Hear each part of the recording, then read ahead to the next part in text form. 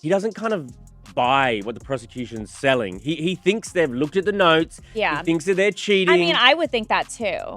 But apparently what happened is commonplace. In the meantime, let's go back to New York City. Want to get some updates on the case that is unfolding there regarding Sean Diddy Combs. He doesn't really believe what the prosecution is saying, and he believes they have seen the notes and are cheating. I would agree with him, but it seems like what happened was that commonplace. In the meantime, let's return to New York City to see how the case involving Sean Diddy is progressing there. Hold on, because the story of Sean Diddy and his family just took a crazy and unexpected turn. You would think the headlines couldn't get any more jaw-dropping, but here we are. The FBI has reportedly issued an arrest warrant for Diddy's mother, Janice Combs. Yes, Janice, the woman who has been a constant— Wait a minute. Say that again. Say that again. Back up. You're saying that there's tapes and they're being shopped? Yes, there have been people already shopping. We've heard about the tapes, but yes. The shopping thing is Yes, new. there already have been tapes leaking around Hollywood, being shopped around to individuals in Hollywood. But one particular person contacted me to shop a particular video they were in possession of. Constantly present in Diddy's life. The family matriarch who reared him following the premature death of his father is now in the public eye, and for good reason. The accusations circulating about her are as startling and unnerving. If you're wondering how we got here, let me tell you that there are tapes and that they're being shopped. Yes, there have been people shopping already, and we have heard about the tapes, but the shopping aspect is that yes, there have already been tapes leaking around Hollywood and being cut around to people in Hollywood, but one specific person contacted me to shop a specific video they were in possession of. Let's take a moment to go back a few months. The theory that Diddy's mother may have been far more involved in all of this than A woman is accusing Sean Diddy Combs of and her when she was 16 years old in 2000. anyone first thought is making waves right now. Diddy has been at the center of a storm of accusations that span decades and range from misconduct to planning intricate, extremely unsettling gathering rings. The FBI's warrant is allegedly supported by evidence that indicates Janice's involvement extends beyond her role as a bystander. Rather, it involves allegations that she may have played a key role in fostering the conditions that gave rise to all of this chaos. However, how serious is this, and what specifically has she been accused of doing that a woman is accusing her of? Diddy Combs. According to insiders, the FBI has been painstakingly gathering evidence for years, and it doesn't look good. And because the 8 people in the videos, the 8 celebrities in the videos were allegedly victims of crimes, we know who they are, but we will not be naming them, famous or not. Photos, testimonies, and even old recordings of her when she was 16 years old in 2000 paint a picture of a woman who unknowingly or knowingly contributed to her son's troubled legacy. It's being suggested that Janice may have assisted Oren in planning similar events in the past, long before Diddy became the well-known personality we know today, and it doesn't end there. Recall those well-known parties that everyone has been talking about, the ones that allegedly involved some seriously dubious behavior. According to various sources, not just a variety of well-known people attended these events, but also normalized some behaviors that have now come back to haunt the family. Since the 8 celebrities in the videos were allegedly victims of crimes, we are aware of who they are, but we won't name them. Let's also discuss the role of Janice. According to the Rolling Stone, the doc features an alleged childhood friend of Puff's, hip-hop producer Tim Dog Patterson. He alleged that Janice, Diddy's mom, would often throw parties at Diddy's childhood home. He says that during the parties, it wasn't uncommon to walk into rooms where adults was having that was just their norm. And Diddy's upbringing. From the outside, Janice has always been portrayed as a fiercely protective mother who did whatever it took to provide for her family after Diddy's father passed away. She raised Diddy and his siblings alone, working nonstop to give them opportunities she never had. But this is where things get unclear. In recent months, a number of Diddy's boyhood pals have come forward to share stories about what actually took place behind closed doors. One particular story about Diddy's childhood friend has been circulating. In a recent documentary, Tim Patterson claimed that the Combs home was a center for late-night gatherings where anything could happen. According to Patterson, these events were not your typical neighborhood get-togethers. Rather, he described a world where boundaries were blurred, and what might have been considered unacceptable elsewhere was just another Saturday night at the Combs home. According to the Rolling Stone, The documentary includes an alleged childhood friend of Puff's hip.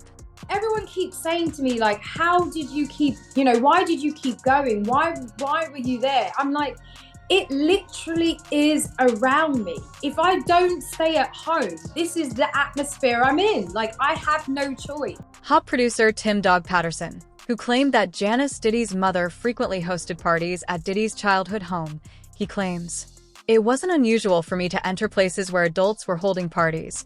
It was just their routine." In his recollections, Patterson didn't mince words.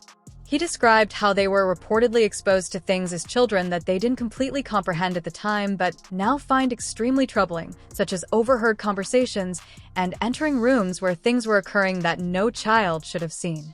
Patterson depicted a home with seemingly non-existent boundaries, and although— Well, certainly there's a lot of information that needs to be substantiated, investigated, and those kinds of things. But when we look at people who become offenders, we oftentimes see early exposure to whether that's or actual behavior, and we oftentimes see that within the family. He refrained from accusing Janice of any wrongdoing outright. He made it apparent that she had to be aware of what was happening because she was the head of the household.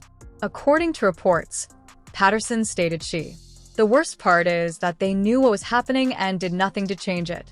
According to some sources, Janice's involvement went beyond merely ignoring the situation.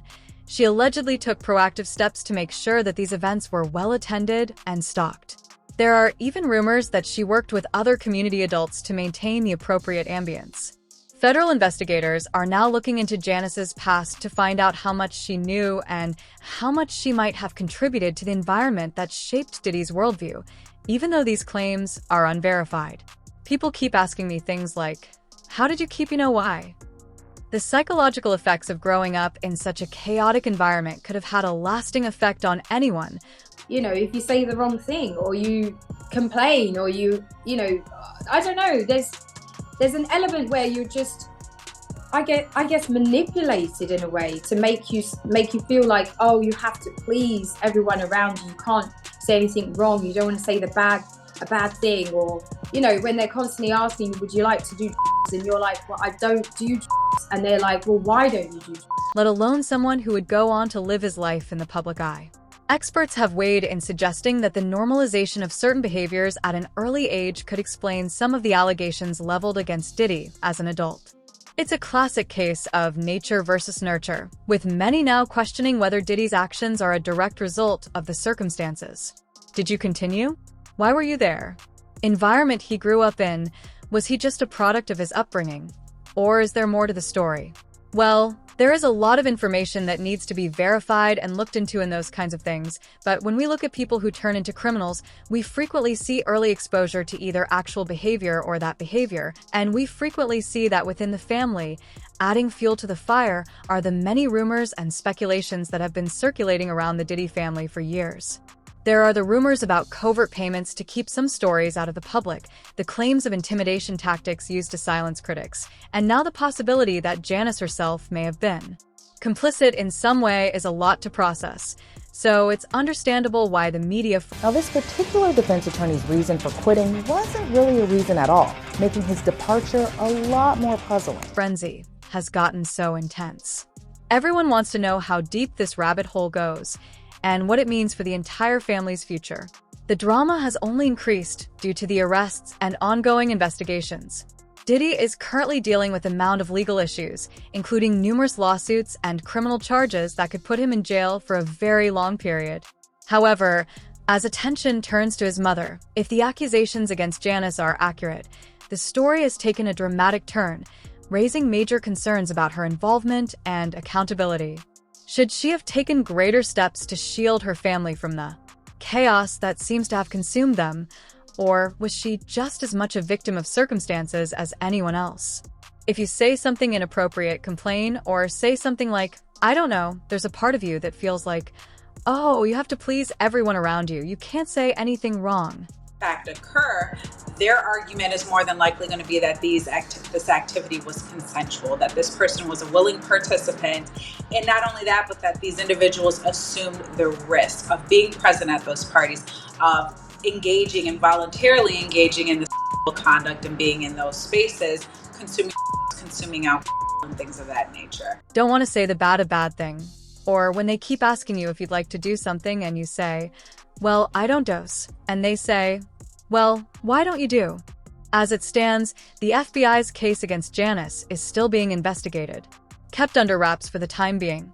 But it's obvious that this is about a family dynasty that is collapsing under the weight of its own secrets, not just Diddy. The story gets darker and more complex with each new revelation. So what will happen next?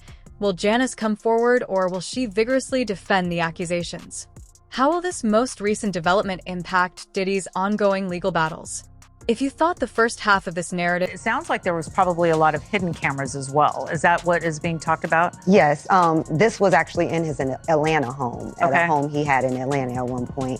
And it does seem that the person isn't like looking into the video, so it's, to me, doesn't seem like that person knows they're being videotaped. It doesn't seem like they're active participant in the videotape. It was amazing.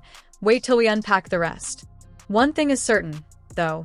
This story is far from over. Stay tuned because the drama is only just beginning. All right, let's get back in. The Shy's saga Diddy Combs' problematic past. The story then turns from his mother's alleged role to Diddy himself, the history of his alleged wrongdoings, the growing evidence against him, and the disintegration of his once dominant legal team. This is the point at which things really start to get out of control, and the disintegration of his carefully curated empire is like peeling back the layers of an onion, each one more intense and eye-watering than the last. Now, this defense attorney's reason for leaving wasn't really a reason at all, making his departure even more mysterious. Let's begin by going back in time and examining Diddy's past, which, to be honest, has always been rather mysterious for the decades that he's been. One of the most frame is important because this happened in hotels, in places that have surveillance, that there's records that could be consistent with his testimony about when he alleges that these parties took place. He probably has his own information about who attended the events. When you're somebody like Sean Combs and you're such a celebrity and you're engaged in this type of behavior, people around you are memorializing it on their own. Influential people in the entertainment sector who appears to be untouchable, yet there have always been whispers beneath the gloss and glitz. Rumors of coercion, threats, and a darker side that didn't quite fit the polished, the larger-than-life persona he projected to the world made it seem as though the cracks in his image were always there, but no one dared to look too closely until it finally did. Their argument will probably be that these acts and activities were consensual, meaning that the person involved was willing, and that they also assumed the risk of being... It could be a disagreement regarding defense strategy, it could be a conflict, it could be a health issue, it really could be anything, and the paperwork doesn't identify it, nor should it. And the fact that Mark Agnifilo is still on the case and the other counsel of record leads me to believe that the judge is going to rubber stamp this motion and grant it. Present at those parties, voluntarily engaging in the conduct, and being in those spaces consuming. The accusations against Diddy, which include drinking alcohol and other similar substances, date back years or even decades. They depict a man who allegedly used his resources and influence to control people around him as well as to create an empire. Some of the first rumors surfaced in the late 1990s and early 2000s, but they were frequently written off as the cost of fame because, after all, those were Bad Boy Records' prime years. Diddy redefined what it meant to be a hip-hop tycoon by creating song after hit for artists like Faith Evans and the Notorious Big. He was a visionary, a trendsetter, and a role model for many, but some of the people who worked with him said, close to him, the reality behind the scenes was much less glamorous at the time. According to a former employee who has chosen to remain anonymous, Diddy was a master manipulator who allegedly used fear and coercion to keep everyone in line. He had a way of making you feel like you owed him everything. The source claimed that loyalty to Diddy was more important than just doing your job. It was about proving your loyalty to him, no matter what that meant. Loyalty seemed to be the currency of Diddy's empire, and those who didn't fit in were allegedly thrown aside or, worse, it sounded like there were many hidden cameras present. Obviously, there's other lawyers on the case. Obviously, a lot of the victims are female. They're going to want female lawyers in the defense team, especially during some of the aggressive cross-examination. That tends to be the conventional wisdom when you're dealing with victims who are alleged victims of assault or abuse. And then it could be a conflict with one of the victims themselves. Maybe maybe Rico consulted with them or even represented. That's what's being discussed. Yes, this was actually in his Atlanta home at a house he owned at one point. And yes, it appears that the person isn't watching the video, so it doesn't seem to me that they're actively involved in the videotaping.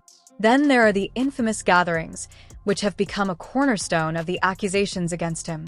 These events, which are frequently described as extravagant, have been the focus of years of speculation and were attended by celebrities, insiders, and allegedly people who were forced to engage in activities that they later described as extremely upsetting. Subsequently characterized as extremely unsettling, one visitor to one such event in the early 2000s said that what they saw left them shaken, like something from a movie. They said that the power dynamics were obvious, with some people there appearing to not want to be there, but no one questioning it. Fast forward to the present, and those whispers have become... I think it has to be the defense, the consent, because, look, sometimes you can argue that the activity never happened, right? You know, it wasn't me, defense. But this is not your typical assault case. There are a lot of people there, right? There are people that are arranging the workers. There are people that are setting up lights and cameras, booking hotel rooms. Obviously, Diddy has a full-blown accounting. The number of lawsuits against Diddy is increasing, and each one presents a similar image of a man who allegedly exploited and controlled others by using his wealth, power, and influence. Although Diddy has categorically denied all of the allegations, the volume of lawsuits. When someone like Sean Combs, who is so famous, engages in this kind of behavior, people around you are memorializing it on their own. But perhaps the most telling sign of how bad things have gotten is the chaos within Diddy's own legal team. This is where the story takes an even more dramatic turn over the years. Of claims is impossible to ignore time frame, because this happened in hotels in places that have surveillance, that there are records that could be consistent with his testimony about when he alleges that these parties took place. Diddy has a reputation for bringing together some of the top legal. His attorneys have successfully defended him against everything from contract disputes to more serious allegations, giving him a reputation as someone who could weather any storm. However, now that his once unbreakable team is disintegrating, it could be a disagreement over defense strategy, a conflict, a health issue, or anything else, and the paperwork doesn't or shouldn't identify it. Additionally, the fact that Diddy's attorney, Mark Igno, is still... A judge has denied bail for Sean Diddy Combs. Of course, this was the hip-hop mogul's latest bid for freedom as he remains in federal jail for his racketeering and sex trafficking case. Involved in the case, and the other counsel of record, makes me think the judge will approve this motion, which was recently filed by Anthony Rico, one of Diddy's attorneys. To drop out of the motions case, Rico said that he could not continue to represent Diddy under any circumstances, but he did not explain on why. With a trial date approaching and the stakes higher than ever, the timing couldn't be worse. There are significant concerns regarding the status of Diddy's case, given the resignation of a crucial member of his defense team. Is there something else going on behind the scenes? Or is it possible that even his own attorneys are beginning to doubt his innocence? Even more intriguing about Rico's departure is the conjecture that, while the specifics of these documents are still unknown, he may have resigned because of certain internal records that came to light throughout the case. To withdraw from the motions case with a trial date approaching and the stakes higher than ever, Rico said that he could not under any circumstances continue to represent Diddy. He did not elaborate on the reasons for his decision, but the timing couldn't be worse. There are major concerns regarding Diddy's case's status given the resignation of a crucial member of his defense team. Could it be that his own attorneys are beginning to doubt his innocence? Or is there more going on behind the scenes? Rico's retirement is made even more intriguing by the conjecture that he might have resigned because of some No, I'm not surprised by the ruling because, as she cited in her order, there are very serious allegations about the danger that he potentially poses to other witnesses and the public at large. There are allegations that he has, been violent with others. He's also attempted to allegedly intimidate other witnesses and still contact witnesses while incarcerated. Internal documents that come to light during the lawsuit, while the specifics of these documents are yet unknown. Is the conjecture that he might have resigned because of some internal documents that come to light during the lawsuit, but the specifics of these documents are still under wraps. According to insiders close to the investigation, they contain information so damaging that even the most seasoned defense lawyer might reconsider continuing to work with Diddy. Some are even speculating that these documents may contain correspondence or records that directly contradict Diddy's public denial. This is video of Diddy's family arriving to court for last Friday's hearing. Prosecutors arguing that he misused prison systems in an attempt to tamper with potential witnesses. And they say they have proof Diddy used other inmates' phone cards or used three-way calls with friends to contact associates that prosecutors consider to be a part of, which could present an ethical conundrum for anyone defending him. If this is accurate, it would explain why Rico's departure felt so sudden, and it's clear that this was about more than just a difference in legal strategy. There are other lawyers working on the case, and many of the victims are female. To prefer having female attorneys on the defense team, particularly during some of the forceful cross-examination that is typically the norm when working with victims who are allegedly the victims of abuse or assault. There may also be a disagreement with one of the victims themselves, possibly resulting in an annihilation. Excuse me, but there are rumors that other members of Diddy's legal staff may also be thinking about leaving the company. It's possible that Rico spoke with them or even represented them, which would have added to the confusion. 1. Unidentified. According to a person close to the team, there is a genuine rift at the moment, and tensions are high over disagreements about how to proceed. Some people believe they should concentrate on discrediting the accusations, although others think they should concentrate on casting doubt on the evidence itself because nobody is in agreement and it's causing a lot of conflict. If more lawyers follow Rico's example,